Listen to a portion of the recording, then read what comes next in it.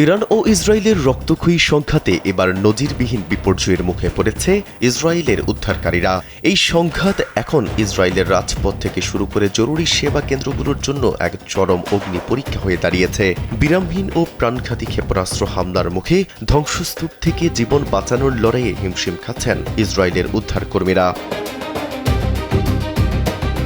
সাম্প্রতিক ইরানি হামলায় মধ্য ইসরায়েলের বেইত শেমেশ শহরে অন্তত ৯ জন মর্মান্তিক মৃত্যু হয়েছে, যা চলমান সংঘাতের অন্যতম রক্তক্ষয়ী ঘটনা।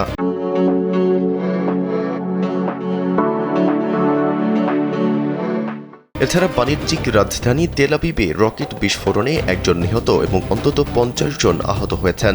জরুরি সেবাকর্মী ও প্যারামেডিক ওরি লাজারোভিচ জানান, সাইরেন ও বিস্ফোরণের শব্দ শোনার পরপরই তারা নিজেদের সুরক্ষায় হেলমেট ও ফ্ল্যাগ জ্যাকেট পরে বাংকার থেকে সরাসরি ঘটনাস্থলে ছুটে যাচ্ছেন। উদ্ধারকর্মীদের মতে এবারের পরিস্থিতি অতীতের যে কোনো সময়ের চেয়ে অনেক বেশি মারাত্মক, কারণ তেহরান এখন অনেক বড় আকারের ব্যালিস্টিক ক্ষেপণাস্ত্র এবং ক্লাস্টার মিউনিশন ব্যবহার করছে।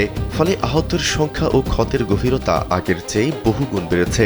পরিস্থিতি সামাল দিতে ইসরায়েলের জাতীয় জরুরি চিকিৎসা সংস্থা ম্যাগেন ডেভিড আদমের প্রায় ২,০০০ অ্যাম্বুলেন্স এবং ৬০০টি বিশেষ যান দিনরাত ২৪ ঘণ্টা প্রস্তুত রাখা হয়েছে। বাহিনীর শতভাগ সদস্য এখন মাঠে নিয়োজিত এবং কন্ট্রোল রুমে জরুরি কলের সংখ্যাও দ্বিগুণ হয়েছে। আশ্চর্যের বিষয় হলো, এই বিশাল উদ্ধার সংস্থাটি ইসরায়েল সরকারের সরাসরি কোনো ভর্তুকি পায় না। প্রায় $২০০ মিলিয়ন ব্যয়ে নির্মিত রামলার এই আধুনিক সদর দপ্তর ও পুরো কার্যক্রমটি চলছে মূলত যুক্তরাষ্ট্রের নাগরিকদের ব্যক্তিগত অনুদান এবং স্বাস্থ্য বীমার অর্থে।